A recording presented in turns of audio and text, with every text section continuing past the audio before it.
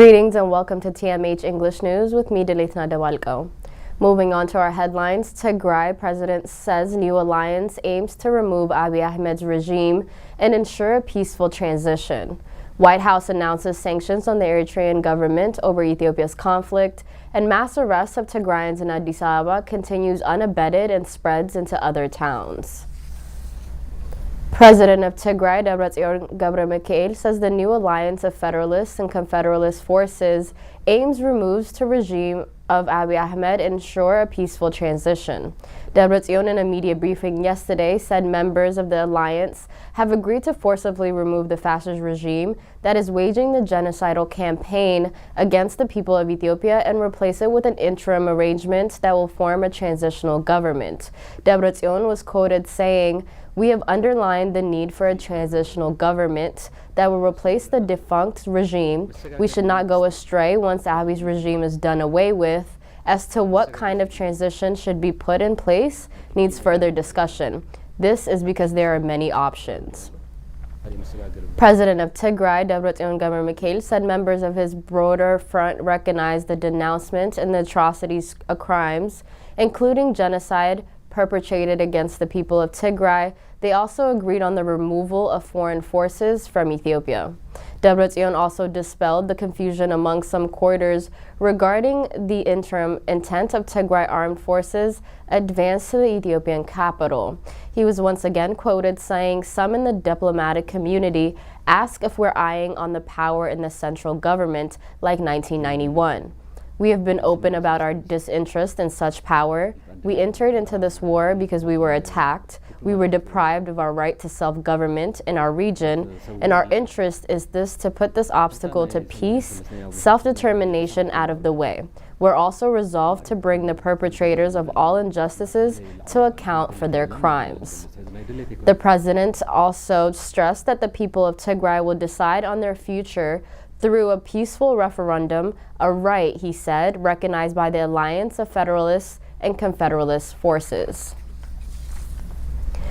The U.S. announces sanctions against the government of Eritrea for posing a threat to Ethiopia's stability. Eritrea has condemned the U.S. sanctions as illicit and immoral, and Ethiopia's Ministry of Foreign Affairs also objected to the U.S. sanctions. Reacting to the statement, the government of Tigray said Abiy's government acted like a well-paid lobbyist for the Eritrean regime. In a statement on Friday, U.S. Secretary of State Antony Blinken said Eritrea's destabilizing presence in Ethiopia is prolonging the conflict, posing a significant obstacle to a cessation of hostilities and threatening the integrity of Ethiopian state. Credible accounts implicate Eritrean forces in serious human rights abuses, he said, adding Eritrean forces should immediately withdraw from Ethiopia.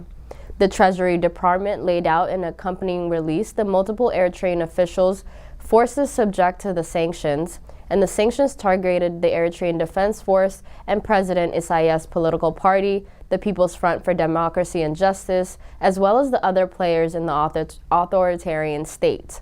Eritrean forces have operated throughout Ethiopia during the conflict and have been responsible for the massacres, looting, and sexual assaults. A Treasury Department statement added that Secretary of State Antony Blinken said on Friday, "The U.S. is very concerned about the potential for Ethiopia to implode."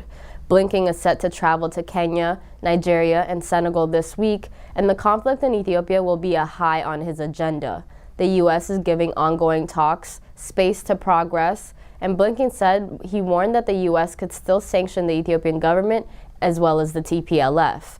Eritrea has condemned the U.S. sanctions as illicit and immoral, saying this unilateral sanction that shifts blame to the scapegoats Eritrea on basis of spurious allegations is a controversial or international law and constitutes a flagrant breach of sovereignty, Eritrea's Ministry of Information said in a statement. The Ethiopian Ministry of Foreign Affairs also released a statement stating its objection to the U.S. government's imposition of punitive sanctions on Eritrean officials and their entities. The government of Tigray reacted to the statement of Ethiopia's Ministry of Foreign Affairs, saying it represented an embracing milestone in Abiy's regime and habitual prostrations before a foreign government at the expense of national sovereignty. Ironically, the Abiy regime, suffering from a deliberate amnesia, is about its having already sold out the country's sovereignty when it solicited the support of foreign adversary to eliminate its domestic opponents, continues to shamelessly frame Ethiopia's current conflict in terms of the need to preserve the internal sovereignty, the statement said. The government of Tigray stated that the statement of Ethiopia's Ministry of Foreign Affairs is indicative of Abiy's well-considered position that its date is almost inextricably tied to that of the Eritrean dictatorship. It added the Ministry of Foreign Affairs' statement of support for the Eritrean regime is intelligible in the context of increasingly precarious position the Abiy regime finds itself on the heels of a back-breaking battlefield losses. Following Abiy's military departure from most of Tigray in late June, the Eritrean military has been as readily willing as before to come to Abiy's rescue. The latest diplomatic self-immolation by the Ministry of Foreign Affairs is a down payment on Eritrea's re-invasion of Tigray with the goal of saving Abiy's regime from a certain demise, the government of Tigray noted. By acting like a well-paid lobbyist for the Eritrean regime, the Abiy regime is telegraphing its willingness to do whatever it takes to secure the support of the Eritrean dictator, the statement stressed, and indicated how Abiy's regime remains wedded to an antiquated view of sovereignty defined as the right to act without external scrutiny, and it added the international should continue to turn up the heat on this genocidal partners until they deviate from their destructive path. Member of Tigray Armed Forces Central Command, Getachew Reda, also wrote on his Twitter account how the Eritrean government has perfected evading sanctions or the effects thereof into an art form. A well-calibrated follow-up regime is a must if the U.S. is to avoid being second-guessed for being decisive enough to take its own threats seriously, he wrote. Tigray Bureau of Health says its siege on Tigray is causing untold suffering on people with chronic, non-communicable illnesses in the region. Deputy head of Tigray's Bureau of Health, Dr. Tsagay Berhu, made the remark during an interview with Tigray TV. He was quoted saying people with kidney problems, cancer, heart disease, breathing illnesses like asthma, and some who have sustained accidents are suffering as we do not have no medicine and supplies for equipment. It is like a death sentence that has been passed on these people. He added diseases like cancer and diabetes do not give time and interruption or administration of drugs outside physicians' prescriptions poses a huge health risk. The doctor noted that total blockade on humanitarian aid and medicines, coupled with the destruction of health services in Abiy's government, deliberate and systematic attempt to wipe out the people of Tigray. One ethnic Tigrayan in the diaspora has been compiling a list of names of those killed in Ethiopia's year-long genocidal war against Tigray.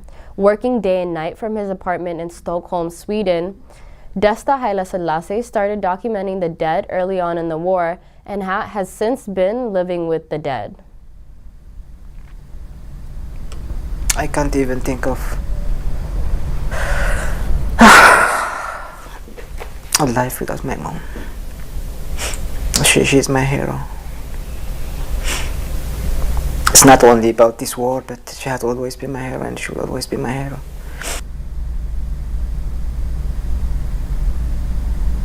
He says he has confirmed and listed more than 3,000 names of the dead. The Associated Press has verified at least 30 of the names on this list. Desta says as a result of a new communication blockout imposed by Abiy's government on Tigray, he has not spoken with his mom, who he calls his best friend, since the 26th of June, and he is extremely worried about her safety. The only thing I can do is why not start documenting the war victims or war crimes.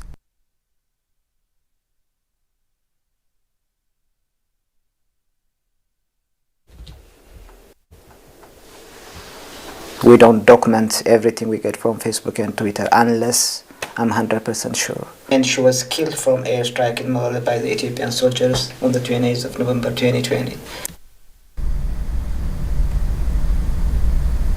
Desta's list of the dead includes at least 100 children.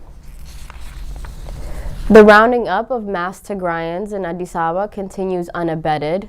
and the mass arrest of Tigrayans based on their identity is spreading to other towns of Ethiopia.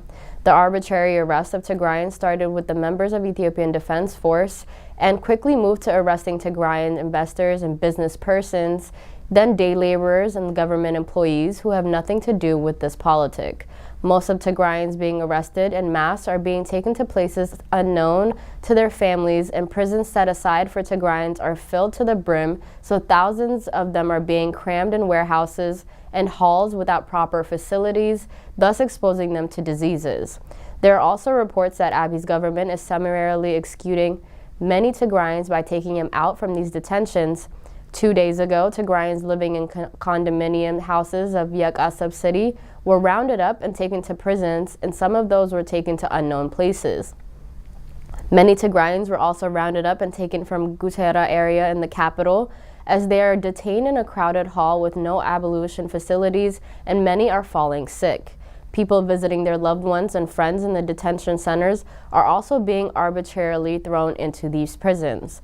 The arbitrary mass arrest of Tigrayans has spread to other towns like Awassa and Butajira, and Amnesty International on Friday accused Ethiopian security forces of targeting Tigrayans, including children and the elderly, with arbitrary arrests and mass detentions. The rights group reports of hundreds of Tigrayans being detained across several locations in the city of the capital of Addis Ababa, and these mass arrests have instilled such climate of fear that Tigrayans that Amnesty International has spoken to scared, and they could be rounded up at any time. Those currently locked up have been charged or brought before a court, and many have been targeted purely on the basis of their ethnicities, said Sarah Jackson from Amnesty International Deputy Regional Director for East Africa and the Horn and the Great Lakes.